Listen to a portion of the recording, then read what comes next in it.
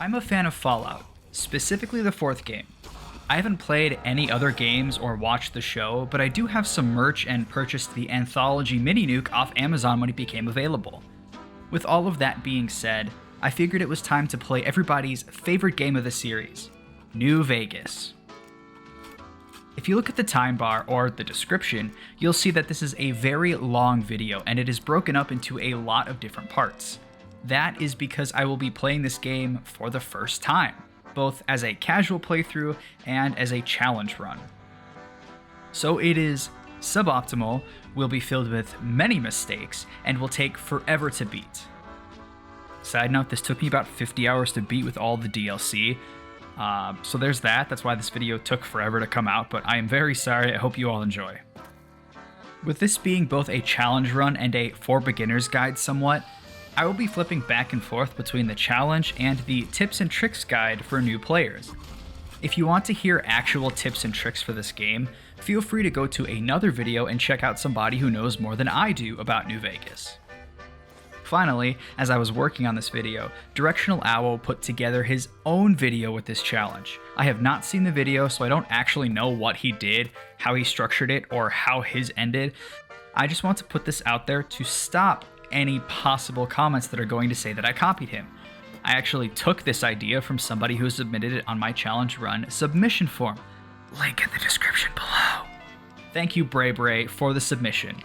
I'm sorry it took over a year to get this put together and put out there, but hopefully it was well worth the wait. This challenge is simple. Beat the game and side with the NCR. The only stipulation? I can only use a shotgun. Yes, I know the submission is technically for the single shotgun and not a single shotgun, but I thought it was a typo and I've never played New Vegas before. I'm sorry. This challenge is very simple and takes away choice for how many weapons and options there are in the game. This means all weapons, ammo types, perks, and skills are going towards only ballistic shotguns. As for companions, I do end up using them as I know you need specific companions for certain quests to come up. That being said, I did leave my companion when doing the Honest Hearts DLC and did not pick one up after getting back to the Mojave. So yes, I did use a companion, but it's my first playthrough. I don't know what's going on at all. With the introductory stuff out of the way and the challenge recognized, I think it's time to start.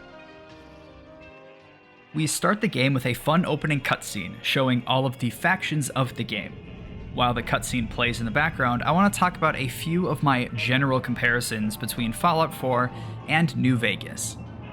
There are a large amount of loading screens as you transition between different locations in both games. However, there seems to be faster loading screens in New Vegas than in comparison to 4. I did experience more crashes in New Vegas in comparison, and there's this interesting YouTube video I saw a while ago explaining as to why this happens, but the loading was faster in New Vegas compared to 4. A couple other things are the fact that when I move in New Vegas, I seem to slide just a little bit when I stop going a certain direction. It could be the controller I was using to play, but I don't remember experiencing anything like that when playing Fallout 4. Finally, for my initial comparisons, is the items you can pick up in the wild. Fallout 4 just tells you what the item is when you find it lying around, while New Vegas tells you the item, how much it weighs, and how expensive it is. A very nice bit of information if you're trying to maximize your weight to cap ratio in your inventory. With these initial observations between the two games, I'll have to give it to New Vegas as the superior game of the two. There are going to be more comparisons as the video progresses, but I just wanted to make some very basic comparisons between the two games as the opening cinematic happens. To wrap up the cinematic and start off the game's narrative, we are shot in the head by a very dapper man. Truth is, the game was rigged from the start.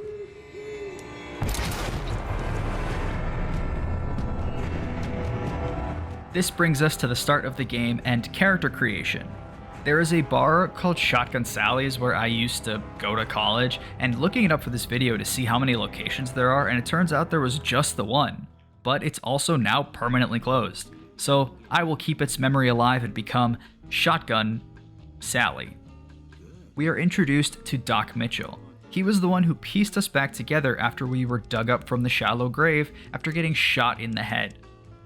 We create the face of Sally and then go to allocate our special points. As this is my first ever full playthrough of New Vegas, I went with my basic stat spread of max charisma, average strength, low perception and endurance, and high intelligence, agility, and luck. Looking back on this stat spread, and I would have dropped charisma a few points and put a few more into endurance, but I can't really change the past, and this was a first ever playthrough. What do you expect? After telling the good doctor how special I am, we move on to something that is a major difference between Fallout 4 and New Vegas: the skills. We go through a quick word association with the doctor before being able to pick our skills and traits. Think of skills as a specialized focus group of what you are good or bad at. Are you good at blowing things up? Are you good at sneaking? Are you terrible at understanding the complexities of how energy is both created and destroyed? That's how skills work. Traits, on the other hand, are very different. They are generalized things that will affect the entire game and cannot be changed outside of very specific instances. Want to hit harder with your weapons? That can happen at the cost of the weapons breaking faster. Want to have random things pop up while you explore the Mojave? You have no idea what they will be, or if it is good or bad, but yeah, that can happen.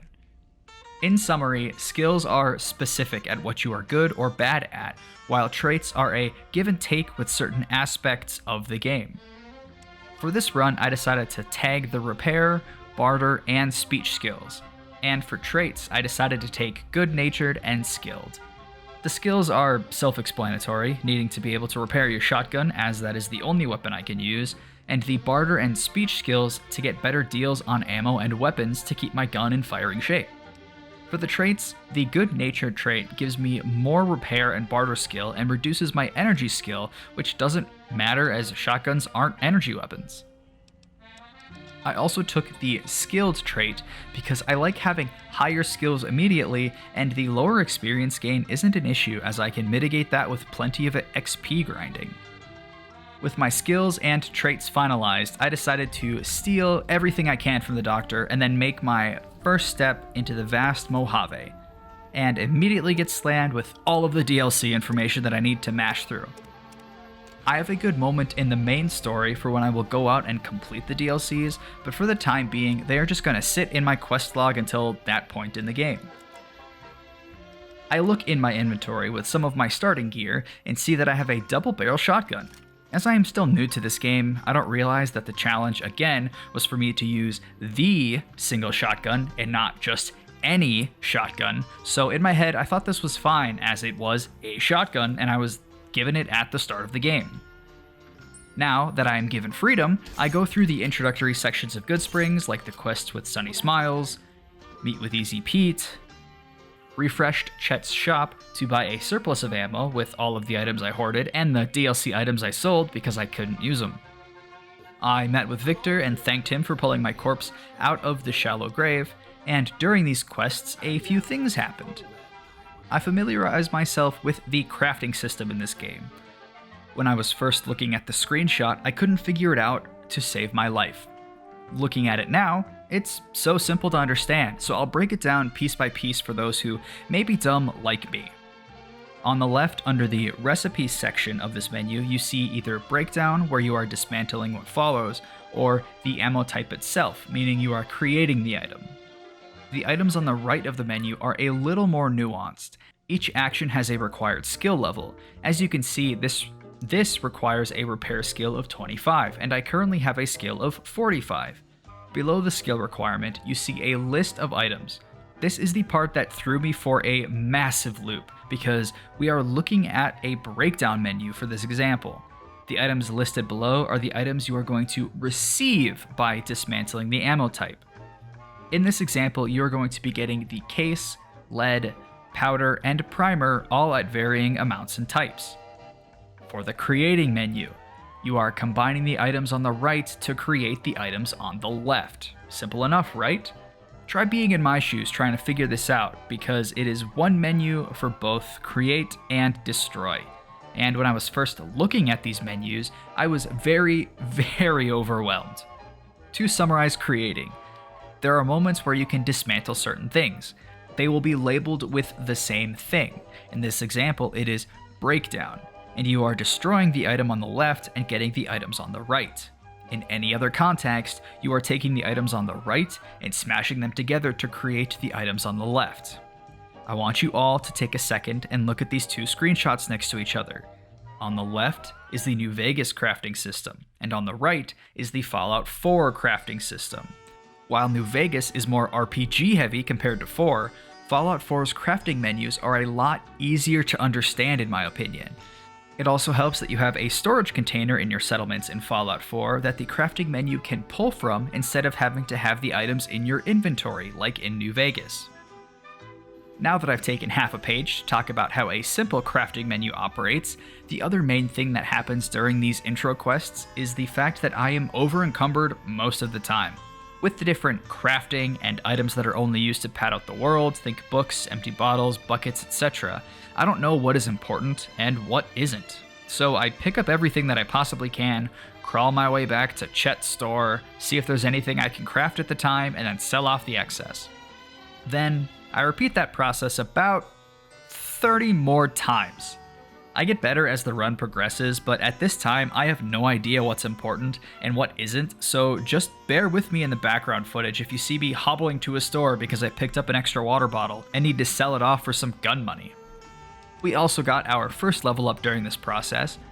Believe it or not, the leveling system is different between the games too. In Fallout 4, you get one perk point that you can assign to get a perk in as long as you hit the special and level requirements. And in New Vegas, you have two different things that happen on level up. Firstly, every level you can assign more skill points to your skills.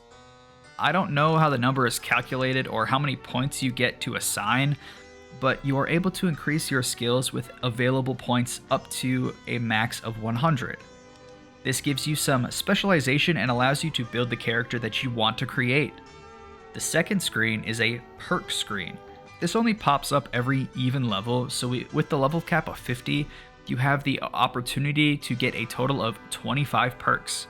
Similar to Fallout 4, you need a specific special and level requirement for certain perks, but in New Vegas, you also need to hit certain skill requirements, have a previous perk, or in some instances have a very specific karma level with certain factions of the game, making the leveling up process take a bit longer for me when given the chance for perks because there's a lot to look at and consider, and I have a brain with the processing power of those snake egg magnets that rattle together when they get too close. For the first perk, I take the junk rounds perk to give me the ability to create junk rounds for my shotgun with some tin cans and a string. Here starts my journey to scrounge every single can and pile of scrap metal to create rounds because I feel like I'm going to run out of ammo and I don't know where the vendors are in this game. This constant search lasts until the playthrough ends. I'm at endgame areas where I have plenty of caps and ammo and see some metal or a can and think, I should pick that up for fear of running out of ammo. 10 out of 10, highly recommend. After clearing up some of the town's quests, I grab a shovel to go and do a bit of grave robbing at the local cemetery. I was here earlier but couldn't do anything because I didn't realize I needed a shovel, so I crawl to Chet with my overflowing pockets of junk and exchange a rusty spork for a trusty shovel that never left my inventory in the off chance that I ran into more graves after this. Spoiler alert, I'm pretty sure I didn't, but that didn't stop me from holding on to it in the off chance that I found just one more digging spot. Stopping at the bar for a drink after the things I saw on those dirt mounds, and I see somebody roughing up Trudy, the bartender. She tells me about a traveling merchant named Ringo and tasks me to go check on him. I go to see Ringo and he tells me that I should band good springs together to fight against the Powder Gangers. The Powder Gangers is the group that was harassing Trudy and is looking for Ringo. This is a great tutorial section because depending on your skill allocation, you are able to do certain things or not. Have a high enough medicine skill? Doc Mitchell is more inclined to give you extra supplies to help with the incoming gunfight. Have a high explosive skill? Easy Pete gives you some extra sticks of dynamite. So depending on how you create your character, you get specific dialogue options, and that's a really good way to show that you can play into your strengths and really get immersed into this specific character you want to play in this game. With all of the preparations accounted for, we go back and talk to Ringo and tell him we are ready to fight. Just as we leave the gas station that he's hiding in, the powder gangers attack. The first time this happens, the game crashes for me. A brief side note, anybody who has played this game on PC knows that it crashes often, but there are mods created to stabilize the game and have it stop doing that. I wanted to play the game without mods for a first playthrough to get the fullest experience of what vanilla New Vegas has for me. If you're thinking of playing this game for a first time, take it from me. Get the stabilization mods, you'll thank me later. With that tangent out of the way, it's time to fight against the incoming gang. With my skills allocated to what they were, I was able to convince Trudy, Chet, and Doc Mitchell to help out. My explosive skill wasn't high enough for Easy Pete, but that would have only given me some extra pocket change, as his reward was probably just some extra dynamite and I can't use it, so I would just end up selling it in the first place. While I was fighting against the powder gangers with the town of Good Springs, I noticed the actual single shotgun, realizing that I messed up the challenge and I was supposed to use only this gun during it. But I've already committed to the only shotgun playthrough, so I just kind of disregard that specific challenge and continue on my merry way, delivering justice to the Mojave with my shotgun shells. As if I couldn't get enough powder ganger action, I stumbled upon an NCR outpost filled with them, and they didn't like it. So after exchanging pleasantries, I took to blowing a 20 gauge hole in their bodies before they could do the same to me. During this time, I was jump scared by Malcolm Holmes. I don't know how he shows up, but he just showed up, and after he tells me about fancy bottle caps, I mistook him for an enemy and accidentally laid him to rest with the powder gangers.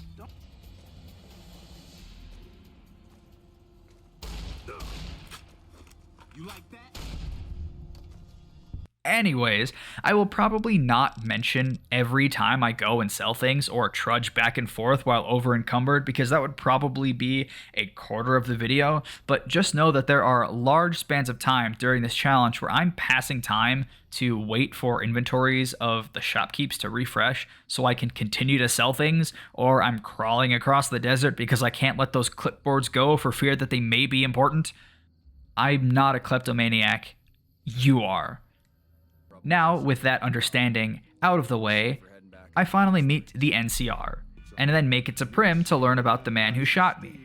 His name is Benny, and he's been spotted traveling the Mojave, seemingly after taking the package I was supposed to be carrying. Now might be a good time to talk about the story in the most basic sense. In Fallout 4, you're a war veteran looking for his or her lost son. In New Vegas, you're a courier. Think of couriers as mailmen. This courier was supposed to deliver a package to the New Vegas Strip. I was captured by Benny and was shot and left to die in Good Springs. Truth is, the game was rigged from the start. After getting shot, Victor the robot dug me out, and then that's how we started the game. Now that the basis of the start of the story is taken care of, we can talk about the time I appointed a new sheriff to Prim in the name of Prim Slim. I like his gumption and his views on how he should run the town. And definitely not because I got the previous sheriff shot after freeing him. It was around this point that my game seemed to crash every 2 hours or so. I knew this was a problem going into it, but I didn't realize it was going to be this bad, so I searched the internet for all possible issues. Thankfully, mine was crashing on startup after those 2 hours, after the crash after 2 hours. So it was a simple issue, actually, and I found a simple solution. I'll put the link in the description in case anybody else finds themselves in a similar situation. And speaking of fixing technical issues, I was able to use my repair skill to fix Eddie in Prim, and picked up my first companion for the run. I stumbled my way into Nipton and was insulted. So I decided to take out part of the Legion because, for this run, I am siding with the NCR. When I told this convict the same thing, I really blew his mind. Get it? Now that I'm vilified by the Legion, I'm randomly hunted by Legion assassins while I traverse the Mojave. This lasts for a majority of the challenge and can be a big pain in the ass because these guys are tough and can take a lot of damage. However, with all this bad news, here's some good news. I realized how broken Eddie is. This showed me that, in the future, unless a challenge requires a companion, I will probably be doing them solo. There is a later point in this game where I will have another companion, but just know that I know having them is technically breaking the challenge, but I wanted to enjoy my first playthrough just a little bit, so I had him for a time. Give me some slack. As we traveled around, we found our way to Novak. Here, we found Victor, the robot that dug us out of our shallow grave and seemingly followed us from Good Neighbor. We are also promised more information about Benny as long as we clear out some of the nearby ghouls for this Manny fellow. Surprisingly enough, these ghouls are sentient and able to carry a conversation. Well, at least the ones inside. The ones on the outside weren't real big on talking. The leader of the talkative ghouls is called Jason Bright. He wants to take his friends on a trip to the moon, but I had to do a few things before they were able to. He wanted me to 1. Clear out the basement from super mutants that are obsessed with stealth boys. They are also called Nightkin. 2. Steal some rocket fuel from shiny geckos. And 3. Smooth talk an old lady for the rocket thruster she has just laying around her junkyard. Completing my tasks and sending the brightly irradiated ghouls to space, I go back to Manny and he sent me on my way to find Benny. Last he heard, Benny was going towards Boulder City, so that's where we decided to go next. On our way, we ran into a few extra bugs, and we used the best insecticide in the Mojave. After doing all of this, I got the Bug Stomper perk. I don't know if this particular perk helps with Cazadors, but I really do because they suck and I absolutely hate fighting them. Compared to Stingwings, I would fight Stingwings every day compared to 3 Cazadors. I made it to Boulder City and was able to settle a dispute between the NCR and the gang of cons that had a few NCR members hostage. During this rescue mission, I bumped into Jessup. He was the weird Mohawk guy that was with Benny when I got shot at the beginning of the game, and while my gripe was with Benny and not him, in the end I was given an order from the NCR to clean up the site of the cons, and unfortunately, he found his sternum at the wrong end of my shotgun. Victor pulls another reverse Batman and chats with me for a bit. And then I find out Benny's at the Strip in New Vegas, so I just start walking. When I get to where New Vegas should be, I realize that it is seemingly nested in a place called Freeside. Here's a brief complaint about this section of the map. I'm going to compare Freeside to Diamond City because they are both decent hubs in their respective games, and I feel like my comparisons can be appreciated for somebody who knows both of the games at this point. First, Diamond City is relatively open. There are buildings and places you can, of course, go in, but for the most part, Diamond City is open and relatively easy to follow. Freeside, on the other hand, is confusing to high heaven. It is broken up into at least 2 sections, so I understand the appeal for having those separate sections be different loading zones. If you're going to do that, make the transition in one place that actually looks like a door, not one that looks like the part of a wall, and another the back entrance of some sort of store. Also, the entrance to New Vegas is in Freeside, so that's another loading zone. And New Vegas is separated into 2 sections as well, so you have at least 4 separate loading zones, or I'm going to call them chunks, of the map that you need to use to figure out where you are and how to move around. Not to mention how god-awful the minimap is in your Pip-Boy. I understand it might be a limitation of the game at the time, and that the load zones aren't that bad, so it loads relatively fast. I get all of that. I'm just venting out my frustrations for this because you have to go through this area quite often for story reasons. Oh, okay, now that we have the old man yelling at Cloud segment out of the way, Freeside is a nice place, and I got a lot of things taken care of while I was here. I got a lever action shotgun, so my bullets per reload increases from 2 to 5. I found a kid who learned the secret art of planar shifting.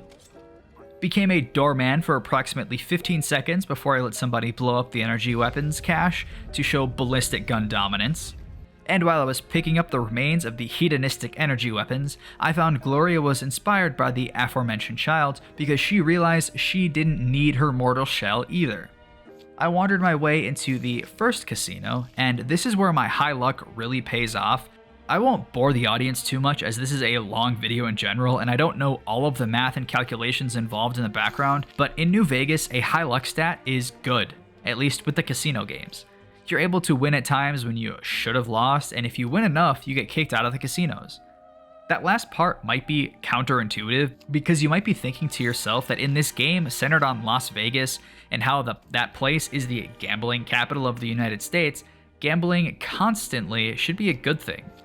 While yes, it would be, once you get kicked out of all of the possible casinos, something I actually did in this run, you should have more than enough money for everything you would ever need.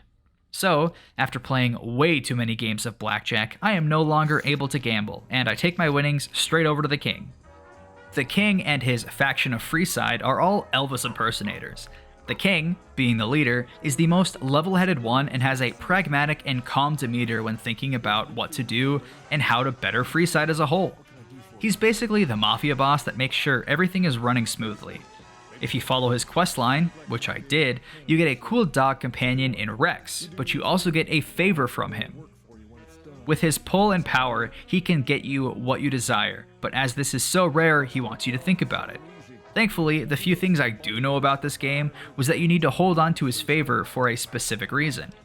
At the time, I didn't know what that specific reason might point to, but I did find out what it was when that moment came in this challenge run. I'm not going to go into depth for what his quests entail, but if you're playing this game yourself, I would highly suggest completing his quests depending on your playstyle for that specific playthrough.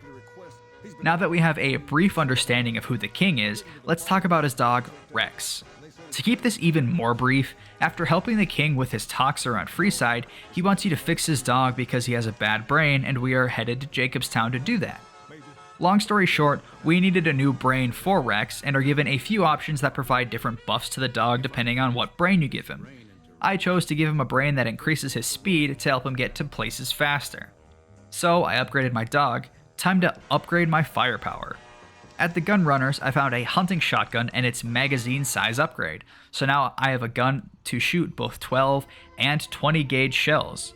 There's really only one more upgrade I find for my weaponry during this challenge, but at this point I have the best weapons I will be using until almost the end of the game. I also finally got the jury-rigging perk, so now I'm able to fix my shotgun with similar weapons instead of needing to shell out the caps for exact replacements when the older ones break. That brings me to a brief overview of durability. In short, both armor and weapons have a durability stat that goes down as the items are used. For weapons, the durability goes down when it is used, fired, swung, what have you, and certain perks and ammo types will make that value decrease at different rates. Armor breaks when you are hit with any type of damage. Each of the items can be repaired by repair kits, mashing the same weapon or armor together, and in terms of the jury-rigging perk, just similar enough weapons or armor will work, and finally getting it repaired by certain NPCs. This is a big difference between Fallout 4 as there is no durability system implemented. Bethesda brought back durability in Fallout 76 and we all know that was the only reason that game flopped. No other reason. After that, I finally made my way into the Strip. With everything I've done before this, I was easily able to pass the money check that the robots do before you are given permission to enter. Now, we get to one of the main reasons I really wanted to play New Vegas in general. The gambling, baby! Before I went to confront Benny, I made sure to get kicked out of every casino and rack up all of that money. Slight tangent here, but I really like gambling in video games. I'm able to be as reckless or as careful as I want to be, and the only thing I'm losing is the initial cost of the game and the time it takes me to play it. I don't have to worry about losing actual money and get too far down that gambling rabbit hole and wind up in a cardboard box on the side of the road. That's why I really enjoy Yakuza 0 and its casino games, or even something as simple as Pokemon Heart Gold and Soul Silver with Voltorb Flip. Instead of just random phone apps that can give you a certain number of chips to play with and refresh daily, your gambling has the ability to further progress the game. In Yakuza, you get money for skill upgrades, and in Pokemon Heart Gold Soul Silver, you're able to buy Pokemon, items, and even TMs. I know this is a weird tangent, but you did sign up to listen to a first-time playthrough with side commentary comparing New Vegas to my previous experiences with other games, but all of this to say, the money from the casino is going towards a goal and not just for me to hoard it all like some weird dragon. That goal is the implant station. There's an implant station outside of the strip, and here you can get implants that give you different effects. The main parts is that it has the ability to permanently increase some of your special stats. This is where my low endurance stat really bites me in the ass, and the only reason I actually know this implant station exists is because I was watching RT Game play through this game itself, and he made it here. Thankfully, I watched his playlist a bit before coming here, so I used a perk point to increase my endurance earlier in the challenge, so I was able to get one more implant than I was going to if I kept the same stat from the beginning of the game. Now, with all of the prep work, it's time to go after the guy who shot us in the head. Right after a word from our sponsors. No, wait, hold off. I don't actually have a sponsor for this video. I don't know if I'll ever get sponsors for this channel, as I plan on setting up YouTube memberships sometime in the future for this channel for people who have extra money and who want to support me. Don't ever feel like you have to if I get that set up. I'll get into my ideas more in a future video, but just know that as of right now, I don't plan on getting sponsors for this channel. That doesn't mean I don't have a special guest for this video. Somebody who has a better microphone, is way more funny than myself, and more importantly has a better knowledge of this game than I do. Time to introduce Causal Loop. He was generous enough to let me speak on one of his videos, and I'm very glad that he wants to share his professional thoughts on the DLC of New Vegas. He will be sharing both pros and cons, and I will intersperse his comments throughout this section of the specific DLC that he's talking about.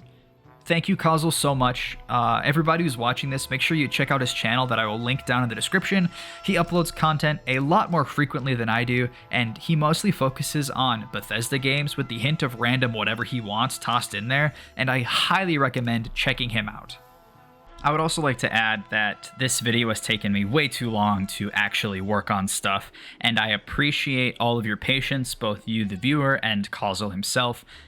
He sent me a message and really kind of kicked me into overdrive, so I'm recording this over Thanksgiving, and I'm really just trying to get everything done before Christmas. So hopefully this comes out before then. If not, I'm sorry. I'm working on it when I can. I can explain more in a future video, but for right now, I just want to apologize for the long wait, and Causal, thank you again for being so patient. I hope this section lives up to your expectations. Now, with that being said, let's continue with the challenge. Like most modern games that come out, New Vegas has DLC that I'll be talking about. Keeping up with the same rules mentioned at the beginning of the video, let's see what they have to offer for us. The first DLC I had in my quest log was for Dead Money. While the intro section is playing, I want to talk about my general thoughts and observations for the DLCs as a whole, and then the specifics of the DLC. In general, all DLCs have some sort of action to take out the overworlds of the Mojave, as well as the introductory slideshow giving them some backstory about what the DLC is going to be about. The background is nice because it sets the tone for the story you're about to embark on, and a brief expectation of what's going to happen. However, from what I could tell, all of the intro sections are unskippable, meaning if you're going to play through these multiple times across multiple different playthroughs, you have to sit through the slow cutscenes for both the intro and the subsequent outro every single time. Thankfully, this is all new to me, so I'm okay with it. But if I do any runs in the future for this game, I will need to look into some sort of cutscene skipper mod to speed this process up. Now, let's talk about Dead Money. The gimmick of this DLC is that you are stripped of all of your non-essential items and are thrown into the Sierra Madre. A strange man kidnapped us with his goal is to reopen the Sierra Madre casino. He has tasked us with hunting 3 other people who stumbled here looking for some sort of buried treasure. While we hunt for them, there are a few obstacles that we need to worry about. First are these so-called ghosts. They are the enemies you will find while you look around this DLC.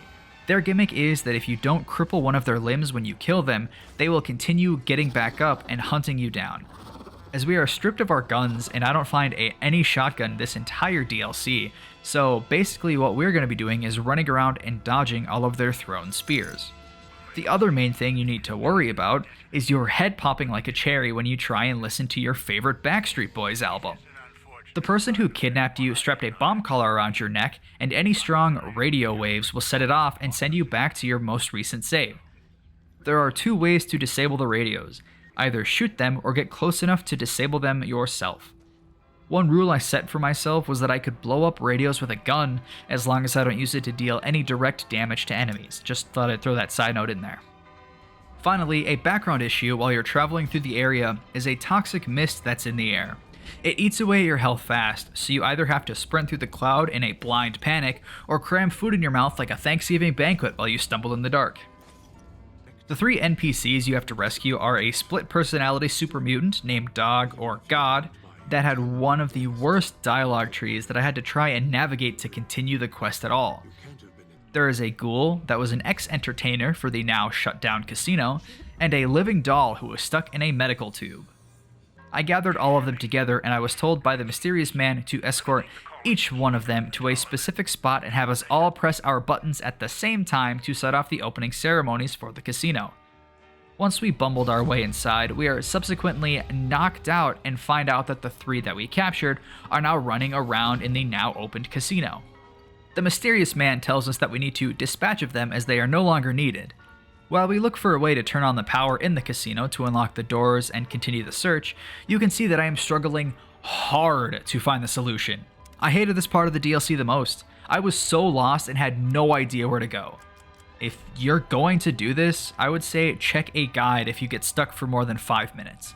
I should have done this so I didn't get lost for the better part of half an hour.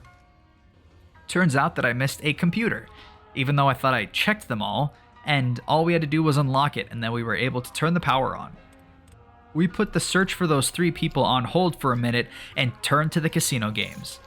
Turns out the luck in the Sierra Madre has when it comes to blackjack is significantly better than my own. I did a chunk of saving and reloading after hitting a certain threshold in my winnings, and I also found a cool little thing that New Vegas does when you load in a new save. There's a time period you have to wait before you can play the games every time. I think this is to help either with some sort of coding and how the game processes things, or to stop people from possibly exploiting the game somehow. I like to think that it's actually the casino is trying to get ready for the day and you just showed up a little too early. No matter what the reasoning for the delay is, it takes me way longer than it should to max out my winnings at this casino and turn in all the chips for money. Now that my gambling addiction is taken care of, it's time to dispatch the miscreants. The first one on the chopping block is the super mutant. After some brief convincing, I was able to talk him into taking a long walk off of a short pier. 1 down, 2 to go. Next is the ghoul, and he is not as simple to take care of. Mainly because once you go through his little song and dance, he will become hostile and try to kill you. Only with you killing him can you progress the DLC. And that's a no-go, because for the entire DLC, like I mentioned, I didn't find a shotgun, so I can't deal any direct damage to him. I did try to get around this by blowing up an explosive tube I had in my inventory, but that only did a little bit of damage to him, so unfortunately I couldn't finish this DLC. Before we get to the next DLC, I would like to close this one with some final thoughts. First, I know I very briefly summarized the story, and that's because I don't really want to spoil anything for anybody. If I went into every little bit of nuance, it would lose the magic and then you would just know what to do and what to say. So I'm also doing this for a first time playthrough. If you want to play this game for yourself, hopefully you see this part of the video and you think, oh, that's fun, I should try that one. Either way, I will not be going super in depth in any of the DLC stories, just giving you a fair warning. With all of that being said, I would probably rate this DLC as my least favorite. I enjoyed the fact that you had to start from scratch, and it felt like the start of the game again, excluding the levels and perks that you might have accumulated before starting this DLC. I really like that when it comes to video games, like Eventide Isle in Breath of the Wild or The Lost Kingdom in Mario Odyssey. This kind of mission tests your resolve and checks how well you can handle whatever's thrown at you with the skills you learned and the abilities you picked up before that point in the game. However, Dead Money takes the concept and turns it up to an 11. Great idea, but the fact that you can instantly die if you can't find a safe zone from the explosive radios really upsets me. Yes, this was supposed to be tackled starting at level 20, but no amount of perks, skills, or health is going to save you from an instant lose condition. I can look past the ghosts, as you should be able to deal with them if you're playing this casually, and the toxic gas is easy enough to out-heal, but the radios are terrible. Not to mention all of the random traps that are spread around this area. So the fact that I couldn't complete the DLC and the bad instant lose condition is why I'm rating Dead Money as the least favorite. The atmosphere of the villa, especially the ambient sounds in the background and the breathing of the ghost people, really make it feel like you're unwelcome. Like the villa itself is telling you to get out, but you can't. It's such an unnerving mood that makes this whole DLC come together thematically. Speaking of themes, the themes of not being able to let go is done very well. Elijah not being able to let go of the Madre's technology, Christine not being able to let go of killing Elijah, Dean not being able to let go of his grudge against Sinclair. It really drives the point home in a meaningful way. I think this DLC shoots its own difficulty in the foot. Here's what I mean. The DLC introduces all these concepts that, in theory, should combine for a very difficult and brutal experience. Speakers, the cloud, ghost people regenerating, holograms, etc. However, the game gives you so many options to deal with them that they sort of become moot. A great example is the companion perks. If you have Dean, the cloud is a non-issue. If you have Christine, the speakers are a non-issue, etc., etc. Also, I feel like this DLC throws chips and loot at you so often that you never find yourself lacking supplies if you know what you're doing. In fact, for being a literal desert wasteland, I never once find myself lacking in supplies in New Vegas, although here it's especially obvious. It's trying to be survival horror, and in those games every item you use matters, and supplies are extremely scarce. I don't really get that feeling here. The ghost people should be a real threat, but their slow speed, the fact they instantly die if you cripple one of their limbs, and the fact that crippling them after they die is a simple task makes them more like annoyances. Nearly all the other enemies in the DLC are rad roaches and holograms. No feral ghoul employees, no other insects, no security robots. The lack of enemy variety is understandable, but I still would have preferred something. Now we get onto some people's favorite DLC, Honest Hearts. In order to start this DLC and join a caravan, I need to dump Rex off back at home and sell items to get under a certain carry weight. Once arriving in the new world of Utah, I watch in awe as some scantily clad people kill all of my members and attempt to do the same to me. Thankfully, I have the advantage of healing items and armor to mitigate the damage dealt to me, something my caravan members didn't have the luxury of having. Now that I got out of that sticky situation, I'm approached by a different person telling me about Mr. Graham. Speaking of, it's time to meet the best character in this DLC, Joshua Graham. His way of speaking, his penchant for violence, and the fact that he survived being burned alive, thrown off a mountain, and is now part of a ghost story is perfect. Would be the best character in the game, but I have a different character in another DLC that I love just a bit more. Back to the task at hand, Graham wants us to go help the Dead Horses and the Sorrow clans with a few things, so off we go. On our way to the Sorrows camp, we come across a frog rock, which I think is pretty cool. Then we get to camp and we are tasked with a few fetch quests and eradication quests. One of those eradication quests was collapsing a bear cave with explosives. To be safe, I entered the cave, woke the bears from their hibernation, and showed them that buckshot is not only for deer. And then, I put down the bombs, exited the cave, and blew it up. Completing the rest of the tasks that I was given, and I'm forced to pick, end things between the clans peacefully, or follow the ways of Joshua Graham and eradicate the Whitelegs. Before we get to the end of the DLC, let's find out what Causal has to say. The environment of Zion Canyon is very well done and aesthetically pleasing. You really get the sense that this place wasn't meant to be touched, and that the Dead Horses and Sorrows truly need to protect it from the Whitelegs. It also has a lot of verticality in its design, which is unique for Fallout and helps to give the place its own treacherous vibe. Besides Old World blues, the enemy variety is probably the best in this DLC. Tons of different mutated animals and insects with their own unique variants, a new humanoid faction to fight, 3 potentially depending on what choices you make, unique boss creatures like the Ghost of She. It keeps every encounter fresh. You don't know exactly what you're going to find around that next corner, and I like that feeling. Joshua Graham and Randall Clark are very interesting characters with great theming, and I feel like they needed to be developed more. You get the sense that these are people with stories and flaws, not just NPCs, and Joshua Graham is a rare example of Christian representation that isn't overly preachy or overly satirical. His gun is also cool as fuck. The main story of this DLC is very short in my opinion. It felt a lot shorter than the other DLCs to be sure.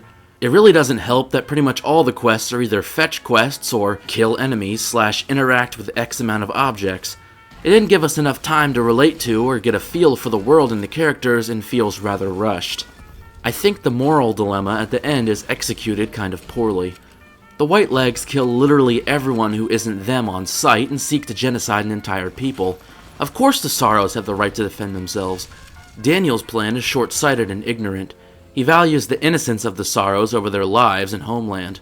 Are they expected to abandon ship every time they get threatened? I also don't like how the game tries to make you feel bad for the Whitelegs at the end, as if the Whitelegs wouldn't kill Surrenderers as well. And Salt Upon Wounds calling Joshua Graham crazy is just peak irony. Therefore, I don't really see staying versus fleeing as a morally great choice. That being said, some couriers do just want to watch the world burn. So might I ask, why can't a Legion-aligned character side with the Whitelegs? The base game lets you side with Caesar's Legion, Dead Money lets you be a dick to everyone and kill them at the end, Lonesome Road lets you nuke the NCR or Legion, but the best an evil character can do in this DLC is kill everyone on sight, which basically erases the entire main quest. I think the fact you can't side with the Whitelegs removes player choice, diminishes role-playing, and makes them feel more like a generic enemy type than an actual tribe of people.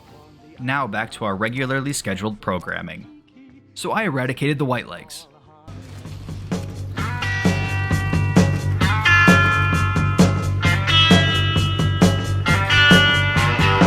With the last DLC sticking me in Utah and not allowing me to jump back to the Mojave, I ran around and had to restock on both ammo and stim packs to prepare for this next DLC. That DLC in question is Lonesome Road. This DLC focuses on the person who was supposed to deliver the package instead of us. However, they decided they didn't want to, and we ended up on the shorter end of the stick, and we all know what happened after that. Truth is, the game was rigged from the start. We start in a missile silo and find out Eddie was captured, so we have to rescue him. And one interesting thing with this DLC is that you can get a few upgrades for Eddie, and it will transfer over to the main game companion. Outside of the extra 5 levels that every DLC provides for New Vegas, this is the only permanent perk that you can get with this DLC, I believe. While exploring, we are given a laser detonator that is used to explode pre-war warheads that impede our path. There is an explosion that causes damage, but I make sure to kill any enemies before exploding them to keep the challenge intact. We are also introduced to the worst enemy in the DLC, the Tunneler. While there are significantly more Deathclaws thrown at you in the main path with this DLC than in the main game, the Tunnelers are worse. The main reason is because they hit hard, have a decent amount of health, and are always in groups, whereas the Deathclaws are usually only in a group of 2 or 3, and with my perks that have the chance to knock down enemies when shot with a shotgun, it's a lot easier to handle a smaller group of enemies, even if they might hit harder. There is no better demonstration than this clip here, constantly knocking down the Deathclaws with my gun, and with my perk that gives me faster reloads. As long as they stay down, I don't have anything to worry about. After the great demonstration of why Deathclaws are little bitches, let's demonstrate why the Tunnelers are the worst with the mandatory elevator to hell, also called the Hellevator. I was also experiencing a glitch this DLC where I would go into VATS and it wouldn't work for a significant amount of time, and with how small the Tunnelers are, that is how I choose to deal with a significant amount of them. Thankfully, I was able to hotkey while in this issue so I could spam stimpaks to keep myself alive while I stood there having a panic attack, and the only way that I know of to fix this glitch was just to hot swap my weapons, and then I could continue spreading democracy for the NCR. After the elevator, Eddie was stolen from me, and I needed to take a quick pit stop back to the Mojave to stock up on stims. With this glitch going on, I wasted a lot more than I needed to, but I couldn't see my health, and I was getting slapped by Tunnelers while it happened, so I just took the cost. I was also able to get another point in endurance with my next perk, so I could get the health regenerator implant at the medical center. Now with my drugs and this fancy chip in my brain, I saved Eddie and have my encounter with Ulysses. Side note, Ulysses is the previous courier for the package we were tasked with delivering. He decided to pass it up, and instead of delivering a simple parcel to its destination, he wanted to deliver nuclear warheads across the Mojave. There's more to this, like how he's communicating to you through Eddie during the DLC, and he's so much better than you because he has a gun that only he can use, and yada yada yada. All I know is that he forced us to get shot, so he deserves recompense. Okay, back to the script. This boss fight can be difficult because he has 2 Eyebots fighting alongside him. One deals damage while the other one heals him. The first attempt at this fight, I got beaten like a redheaded stepchild.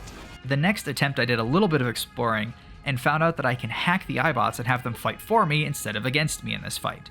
Thankfully, I was able to max my repair skill before this, which was required for this possibility. After finishing up Ulysses and cleaning up the reinforcements that are brought in, I took the Robotics Expert, as I knew the final DLC was going to be one that I would be up against a decent amount of robots. I was given an opportunity to launch the nukes at the NCR, or the Legion, and obviously I chose the Legion, giving them yet another reason to hunt me down and treat me as the most dangerous woman alive. At the end of the DLC, I was given the option to increase one of my special stats by 1, and I chose Endurance. That's so I could get the Lucky Implant. So at the end of this DLC, I basically got a +2 in total special stats instead of just a +1. My final thoughts on this DLC. It was fun, even though this was a higher level DLC with all of the Deathclaws and Tunnelers, and the glitch making VATS basically unusable. I would rank this DLC as my third favorite of the 4 for New Vegas. Aside from the Eddie buffs and the extra special stat buff, you can get some really cool weapons, and this just feels like I turned up the difficulty of the game from a 7 to an 8. Just enough to be noticeable, but not enough that it becomes unfun like Dead Money was. I like how this DLC actually tries to give you a serious challenge. It feels like the ultimate culmination of your journey, something brutal to test your overpowered character build on. All the threats are just there, and it's up to you how to deal with them. Every death in this DLC felt like my own fault, not the game screwing me over. Except the satchel charges, they can go fuck themselves. The new weapons added in this DLC are pretty peak. Blood Nap is an excellent stealth melee weapon, the flare gun is a lifesaver in places like Quarry Junction, Red Glare is pure fun, Old Glory is a badass melee weapon for crit builds, and the Industrial Hand shreds through everything. I can also say the same about the new armor, especially Ulysses Duster and the 4 Courier Dusters. Their look is just mwah, chef's kiss. I thought the Courier's Mile, Long 15, and Dry Wells were kind of underwhelming. They're tough for sure, but also very small, so it's basically just killing a bunch of enemies, getting the cool loot, and leaving. I kinda wish there was more to them somehow. Like if you could explore the nuclear crater in Dry Wells with enough rad protection, or if the Courier's Mile actually felt like, walking a mile. The story leaves a lot to be desired. You hear Ulysses talk about how great Hopeville used to be, but you never actually get to know it for yourself. Some holotapes of what life was like in Hopeville before it got blown up would have been nice. Another thing I don't like is that Ulysses thrusts so much blame on you for something you couldn't have possibly known about. It just feels disingenuous and annoying. Finally, I don't like how there's no option to just let Ulysses blow up Long 15 if your character doesn't care about the NCR or Legion. You're forced to either fight him or talk him out of it. In a game that prides itself on player choice and role-playing, this left a bad taste in my mouth. I did another quick stock up on health and ammo and then ran over to the final DLC location. Knowing what I knew about the previous DLCs, I made sure to take extra supplies from what I thought I needed, because if history were to repeat itself, I wouldn't be able to get back to the Mojave to restock after starting this DLC. That DLC being one of my favorites, Old World Blues. Not only is this DLC my favorite, but it is the best DLC to get if you don't get them all at once. Not including the extra 5 levels added to your level cap, it also gives you the ability to max out all of your skills with enough patience, but that's a topic for later on in this section. The DLC starts with us waking up randomly after going through a surgery. Somehow we lost our brain, but we are still functioning properly. Probably an allegory for life, but I might just be looking too far into this. Ahead of us is the think tank, a panel of scientists that got rid of all of their human functions and weaknesses. However, getting rid of some human functions is alright, because after a few successful speech checks, we are given permanent perks that last both in the DLC and will follow us out into the main game when we finish. I was told to blitz through the story, but I didn't listen and did more in this DLC than I did in any other expansion for New Vegas. I really enjoyed the intro and the characters are enjoyable, so I was going to milk it for all it's worth. Finishing up the opening exposition, and I introduced myself to the rest of the floating eye robots. Unfortunately, my anti-robot perk won't work here, as there's a pacification field preventing any thoughts of violence while I'm talking to the think tank. No thoughts and no actions. Very unfortunate. After talking with them, I go into the home base called the Sink, and I get tasked with reviving the random appliances found within. Then, while I was out, I fought both lobotomites and robo-scorpions that got in my way. This is why I got the Robotics Killer perk at the end of the Lonesome Road DLC, because I knew I was going to be fighting these types of enemies. These types of enemies being those robots. Good thing too, because before I realized the pulse slug ammo dealt a decent amount of damage, these robot scorpions were tanking hits like I'm slapping them with ping pong paddles. Out and about, I was able to turn on the auto dock, which has some small functions like respecking my perks, changing my body parts from the synthetic to the meat base like they were, and changing how I look and getting some implants. The benefit for these implants is I don't have to have a specific endurance stat for them. I can get as many as I can find in this DLC. So the maximized skills and all of the new implants, plus that 5 extra levels in your character, this is probably the best DLC to get if you're only getting one of them. I was also able to turn on the Biological Research Station, which can create food if you bring in organic materials, an actual sentient sink that can fill up any empty containers with fresh water, as well as be a fresh heal for me if I'm running low on supplies, 2 light switches that hate each other, a book chute that can give you blank books to be able to increase your skills up to the max of 100, like I said before, enough time and patience and you can get all of your skills maxed, a smooth talking jukebox, a toaster that is praying for the elimination of all other toasters, and probably my favorite character in the entire game, Muggy. Muggy is a deranged mini Securitron that loves mugs, devouring dirty coffee mugs to suckle the radiation off of. While I was out collecting the personalities, I was hoarding everything because I didn't know what was important and what the personalities needed. Bringing up RT Game again, I watched him play through this DLC and knew that they collected certain things, but I didn't know what those certain things were, so I just decided to be safe and collect everything. After bringing all of the appliances back to life, my next plan of attack was to get the sonic emitter you get in the beginning of the DLC to have the ability to disable force fields. In order for this to happen, you have to do tests in this building where you're going through a school simulation collecting different things as you go. In a different building, I partake in some stealth training. In this training, you have to be slow, methodical, and make sure you don't get caught, otherwise you fail. Thankfully, the end goal location doesn't change, but the obstacles do. When finishing up all of the possible trainings, you get the best possible stealth armor in the game and a permanent stealth buff. I have completed all of the side content for this DLC that I wanted to, so it's time to continue the main story. Walking to the Forbidden Zone, In the Forbidden Zone, a zone that is, yes, forbidden to you! and I am greeted with the biggest robot scorpion I've ever seen. Thankfully, just because he's larger doesn't mean he's any better than the smaller versions of the scorpions. A bucket of pulse slugs later, and we are now able to talk to the deranged Dr. Mobius. Oh yeah, Dr. Mobius is a scientist that used to be with the main think tank group, but then went off on his own because he started going crazy by eating a bunch of mentats like they were Skittles. Turns out the message that the think tank keeps getting and is scared of is an old message that he just plays on repeat, and Mobius doesn't even remember sending it. Now that pleasantries are out of the way, I agree with Mobius to eradicate the think tank, but first I need to meet an old friend. It turns out that Mobius stole my brain and was keeping it warm? Cold? However he was keeping it, I had to talk to it to get it back into my noggin.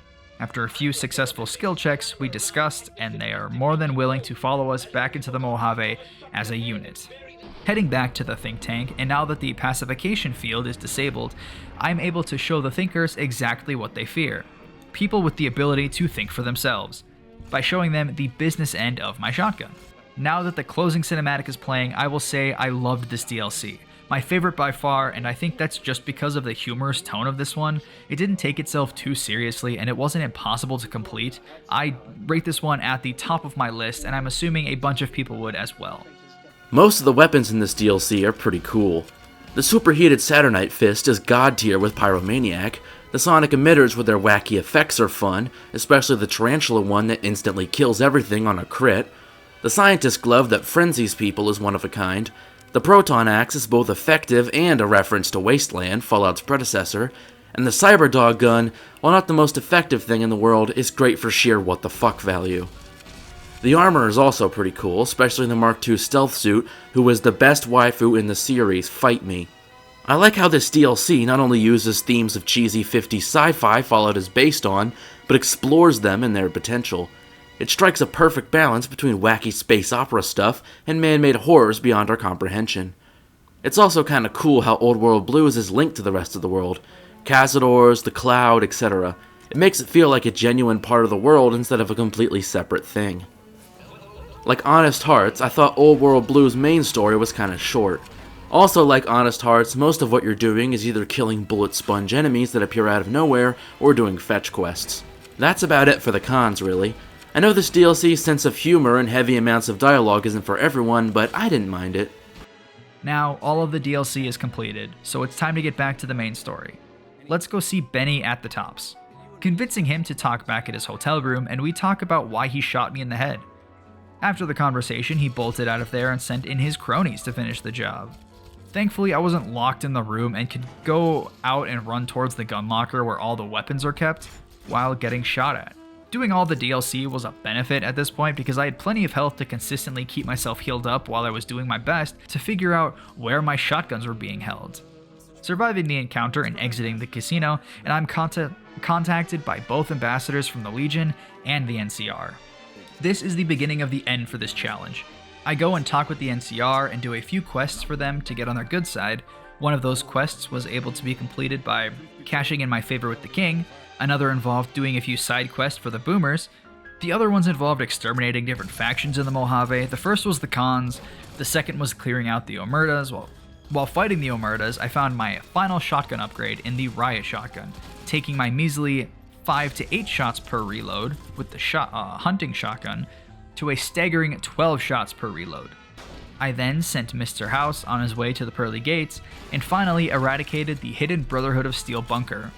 The final task was to protect the president from a possible hitman, and I did my rounds. I couldn't really find anything, and I went further away and noticed there was a dead NCR ranger, where there should be a living NCR ranger. I went to investigate and found the assassin, taking him out, and then President finishes his speech and flies away on his vertibird. General Oliver calls me in and asks me to take over Hoover Dam for the NCR, and this is where the challenge comes to a close. As we dispatch of the legionaries for the dam, they have plenty of healing items and ammunition to keep me stocked up during their invasion, so that's no issue there. The final hurdle is the Legate. It wasn't difficult, but it was the only challenge for this takeover of the dam. With a final shot, the Legate drops and the dam was taken for the NCR. Some closing thoughts as this game comes to a close. This was fun. I had a really enjoyable time playing this for the first time, and I'm glad I was able to record a video for it so I could share my initial thoughts for a brand new game I've never played before. I'm sorry if some of the commentary wasn't the best. It's new to me to play and create a video for a game that I've never played before, but I hope for future games I'm able to better streamline this process. I would like to compare some closing thoughts about this game and with Fallout 4. One major difference is how the game is played. Fallout 4 is a first-person shooter with light RPG elements, while New Vegas is an RPG with a first-person shooter combat system. Really showing you that you can play New Vegas however you want, doing whatever playstyle you prefer, and you will be able to have a different experience every time. While Fallout 4, the only real way to get extra dialogue options and have different experiences is to change your levels of charisma. I could go over a few other things to compare the two games, but this video is already long enough and it's almost 20 pages for the script, so I'll leave it at this for those wanting to play one of these games for the first time. If you are wanting a good RPG, play New Vegas. If you want a good gunplay and more customization options, play Fallout 4. Thank you all for bearing with me for this long video. The next one will be shorter than this and hopefully come out sooner than the couple-month hiatus this one took me to get through. If you have any challenge requests for games I have already done or game you want me to do, feel free to let me know by filling out the Google form I have in the description or letting me know in the comments below. Thank you Causal Loop for providing your input on the DLCs. Again, channel link in the description. And again, for it taking this long, thank you so much for shooting me a reminder message to make sure that I got my ass into gear and got this video out on time. On time being before 2024 ended. And I hope you all have a wonderful day. I've been River. Peace out.